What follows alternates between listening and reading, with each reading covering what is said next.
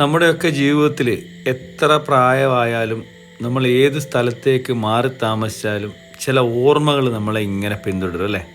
അങ്ങനെ ഒരു ഓർമ്മയാണ് എനിക്ക് ഈ കാറ്. ഇത്തരം കാറുകൾ എവിടെ കണ്ടാലും അതൊരല്പനേരം നോക്കി നിൽക്കാനുള്ള ഒരു പ്രവണത അന്നും ഇന്നും എനിക്കുണ്ട്. വർഷങ്ങൾ ഒരുപാട് കടന്നുപോയി. ഏകദേശം 36-37 വർഷമായി എന്നാണ് എൻ്റെ ഓർമ്മ. അപ്പോൾ അത്രയും തന്നെ പഴക്കം ഈ മോഡലുണ്ടാവും. ഇതിനെക്കുറിച്ച് അറിയുന്നവർ കമൻറ്റ് ചെയ്യാൻ മറക്കരുതേ. ബാല്യകാലത്ത് നമുക്ക് ഏറ്റവും പ്രിയപ്പെട്ടവരായ ചില കൂട്ടുകാരുണ്ട്. എനിക്കും അങ്ങനെ ഒരാളുണ്ടായിരുന്നു. എൻ്റെ വലിയച്ഛൻ്റെ മകനായ രാജീവൻ. അവനായിരുന്നു എന്നെ സിനിമയ്ക്ക് കൊണ്ടുവന്നും ഉത്സവങ്ങൾക്ക് കൊണ്ടുവന്നും തെയ്യത്തിന് കൊണ്ടുവന്നും ഒക്കെ.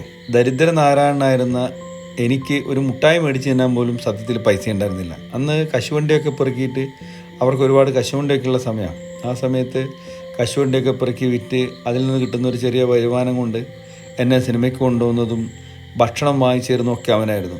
ചുരുക്കി പറഞ്ഞ കഥ പറയുമ്പോൾ എന്ന സിനിമയിലെ ബാർബർ ബാലൻ ഞാനും അശോക് രാജ് അവനുമായിരുന്നു എന്ന് തന്നെ പറയാം. 92-ലാണെന്ന് തോന്നുന്നു. ഏകദേശം 12 വയസ്സ് പ്രായമുള്ള സമയത്ത് എനിക്ക് പറശ്ശിനിക്കടവ് അമ്പലത്തിൽ പോകണമെന്ന് ആഗ്രഹം പറഞ്ഞപ്പോൾ അവൻ എന്നെയും കൂട്ടി ഒരിക്കൽ അമ്പലത്തിൽ പോയി. അന്ന് സൂര്യമാനസം എന്ന് പറഞ്ഞ സിനിമ കണ്ണൂർ വളപട്ടണത്തിലൊരു തിയേറ്ററിൽ കളിക്കുമ്പോൾ അതുകൊണ്ട് കാണിച്ച് എനിക്ക് ഓർമ്മയുണ്ട്. അതിനുശേഷം അമ്പലത്തിൽ പോയി മുത്തപ്പനെ കണ്ടിട്ട് അവിടുന്ന് ഭക്ഷണമൊക്കെ കഴിച്ച് തിരിച്ചു വന്നത് ഓർമ്മയാണ്. അപ്പോൾ നമുക്ക് ഈ കാറിൻ്റെ കഥയിലേക്ക് തന്നെ വരാം. ഒരു തെയ്യത്തിന് പോയപ്പം എനിക്ക് അവൻ വാങ്ങിച്ചു തന്നൊരു കാറാണിത്. പ്ലാസ്റ്റിക്കിൻ്റെ അത്യാവശ്യം വലിപ്പമുള്ളൊരു കാറ്. സെയിം മോഡലായിരുന്നു ആ കാറ്. അതിലൊരു വള്ളിയും കെട്ടിയിട്ട് റോഡിലൂടെ കിലോമീറ്ററോളം വലിച്ചുകൊണ്ട് പോയ ഓർമ്മ ഒരിക്കലും മറക്കാൻ കഴിയില്ല. എന്നേക്കാളും 4-5 വയസ്സ് മൂപ്പുള്ള അവനെ ഞാൻ അന്നും ഇന്നും എടാപോടാന്ന് തന്നെ വിളിക്കാറ്.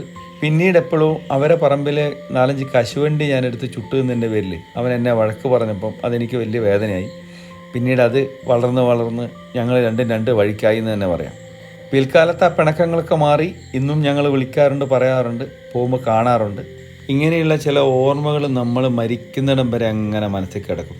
ഇതുപോലെയുള്ള ഓരോ കഥകൾ നിങ്ങൾക്കും പറയാനുണ്ടാവും. അത്തരം കഥകളുള്ളവർ മറക്കാതെ കമൻറ്റ് ചെയ്യണം കേട്ടോ.